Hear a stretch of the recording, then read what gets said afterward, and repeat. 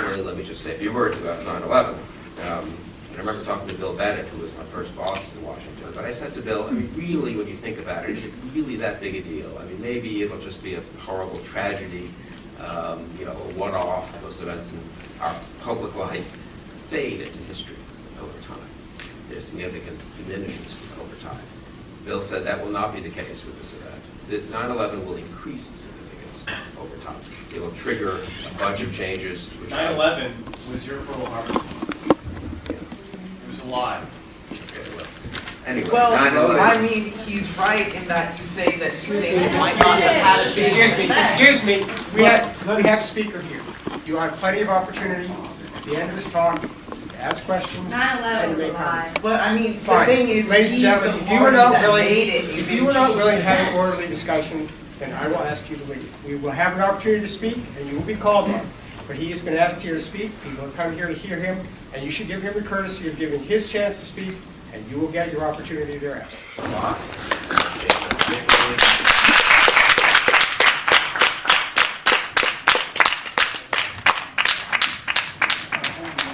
I'm going to your live, Mr. Crystal. See you later. Nice evening. You spend time with criminals. You are a criminal. Excuse me, I've asked you once. If you'd like to say... We're leaving. Goodbye. You got your wish. World Trade Center Building 7, controlled demolition.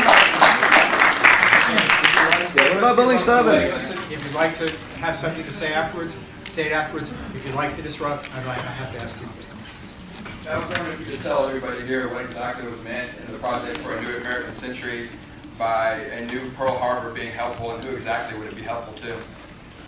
Yeah, let me explain. The Project for the New American Century is a little think tank that I was chairman of. It's kind of winding down now. There's one sentence in it, which is kind of ludicrous, frankly, life on the internet now, in which we, Tom Donnelly wrote, it says something like, there needs to be a big defense build up, but American history suggests, I think he says it like this, that unless there is an attack or some cataclysmic event like Pearl Harbor, it's very hard to get people to, it's very hard to get the political will for a defense build up until the threat is brought home. And that's the context he mentions Pearl Harbor. So the 9/11 was pretty convenient for the It wasn't And you convenient didn't for me. identify 9/11 with that event. Yeah, that's not worth even debating. It wasn't convenient. I wish it had never happened. I have no interest in a military buildup for the sake of a military buildup. Some of us thought a military buildup was necessary to help America keep the peace, and I still think that is the case. But we didn't invite 9/11, we didn't applaud 9/11, and we didn't obviously cause 9/11. Anyway, it's a big event, and it's not a lie. Yeah, it is. It was an attack which killed 3,000 people, and we reacted. Mr. Crystal, my name's Kevin Smith. I'm a producer of one of these new media outlets you're talking about. I work for a nationally syndicated radio host on 2 different networks. I am a conservative, sir, not a neoconservative. I believe in the right to possess arms. I believe in property rights. I believe in a sovereign nation. You've mentioned communism quite a few times, kind of tongue-in-cheek, which is strange for you because your father was a Trotskyite and one of the top communists in this country. Laugh all you want. I will mean, laugh I'll go through because your that- father's quotes if you want. There are freedom-destroying, Excuse me. liberty-gutting Yeah, things. yeah, I've got a question. Got a comment. Yeah. Kiss him on the Sir, due to the fact that Israel recently got kicked out of Lebanon, the Syrian attack is not going on according to plan. I recently saw Richard Holbrooke rein you in on Charlie Rose. He said, I'm on your side, don't get me wrong, but slow down, Bill. He doesn't want to go into Iran right now. What's your question? He's getting there. He said we could ask questions after he was done speaking, so let him ask his question. Excuse me, sir. I would get there quicker. Let him ask his question. You seem to be an avid proponent of war with Iran. Why don't you get yourself a rifle and why don't you join? Head over there. Quit putting the sons and daughters in harm's way. I'm conservative. Can I answer the question? Yes, you can, sir. But please, you are the new Joseph Goebbels, and there will be an accountability for what you guys are doing to this world. You're a traitor. Excuse me. If you'd like to ask the question. All your peanut buddies, you're all How's traitors. that shadow government going for you, Mr. Bobbitt?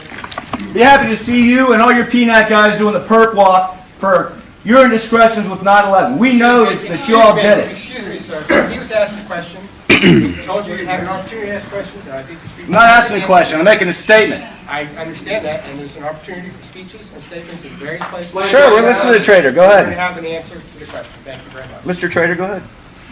It's always good to see civil discourse. You're entitled to be a conservative, not a neoconservative. Some of my best friends are conservatives and aren't neoconservatives, and some of my friends are paleoconservatives who certainly were against the war in Iraq.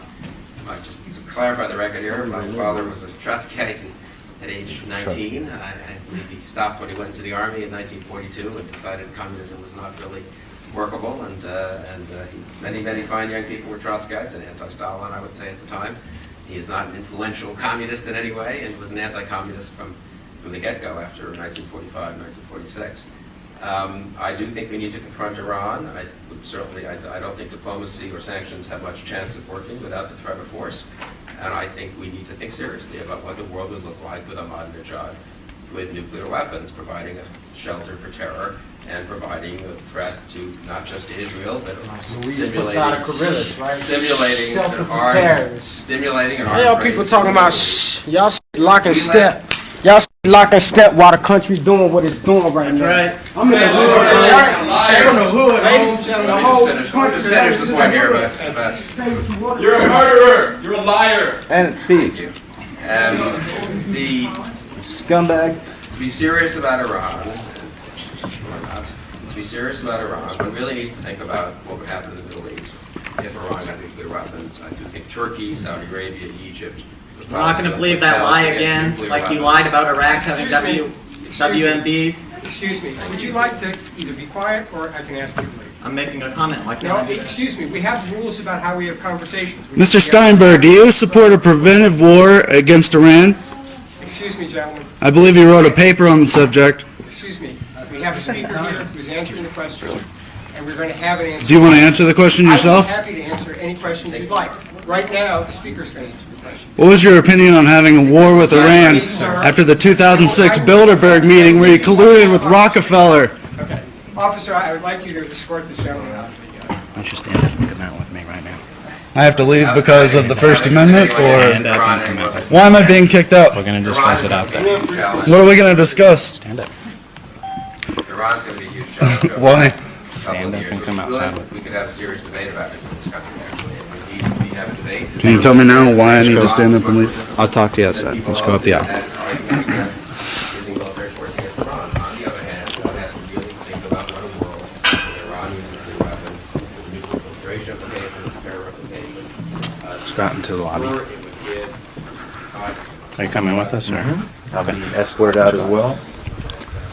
You're leaving on your own. I'm not escorting you out. Well, I'm leaving as well.